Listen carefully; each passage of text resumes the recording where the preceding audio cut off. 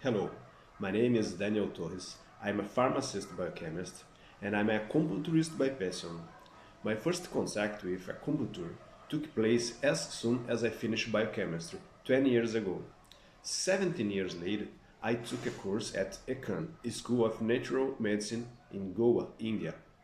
In the meantime, and even today, I researched several scientific studies, articles, books, and everything that involves this miracles ancient practice. Miracles, but miracles perfectly explained by science, by the knowledge acquired by humanity in recent centuries, and especially in recent decades. I created this course with the aim of sharing with you explanations about the physiology of the effects of needles in the body.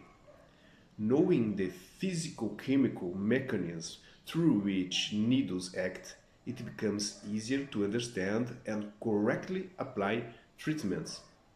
In addition to bring such mechanisms, we will address various conditions and diseases with the relative points to apply the needles.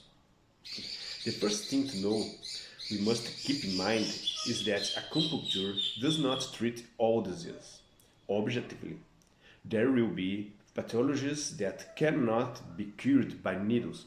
However, all illness can be alleviated by acupuncture. Right from the start, I'll bring you what I consider to be the golden treatment, auriculopuncture, in the region of the auricular branch of the vagus nerve. It's indeed a miraculous treatment, as we will see later. But let's go to the physiology of the acupuncture. Millennia ago, when humanity did not have as deep an understanding as human anatomy as it does today, theories such as existence of energy channels, flow of vital energy, etc., were created to explain how needles would act.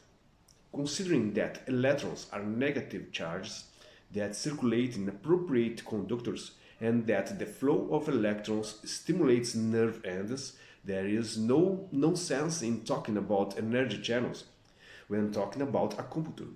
But evidence for these channels has always been empirical until knowledge of human physiology and technological development allowed us to develop more concrete theories about the effects of needles. So let's start with what are needles. In physics, there is a concept called point power or power of the tips. This is a property of the electroconductive materials whereby there is a concentration of electrical charges, negative or positive, electrical charges at the pointed ends. An everyday example of this electrical effects is a lightning rod. A lightning rod has one end connected to the ground and a pointed end raised to the sky.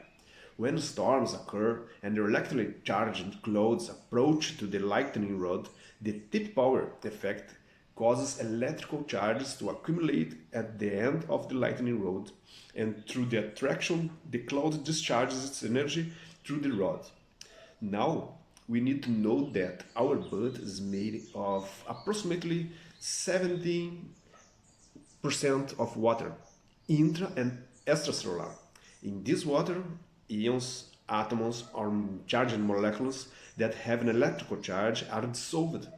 Life and the biochemistry of life is an eternal balancing of ions.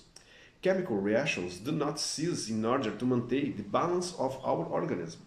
When we insert a needle into our body, the power of the tip causes electrical charges to accumulate at the tip of the needle, where we have the root of the physiological effect of acupuncture. From then on, we will look at different conditions and effects of acupuncture. Before moving on to physiological mechanisms, let's give two examples of artifacts that corroborate the electrical effect of needles.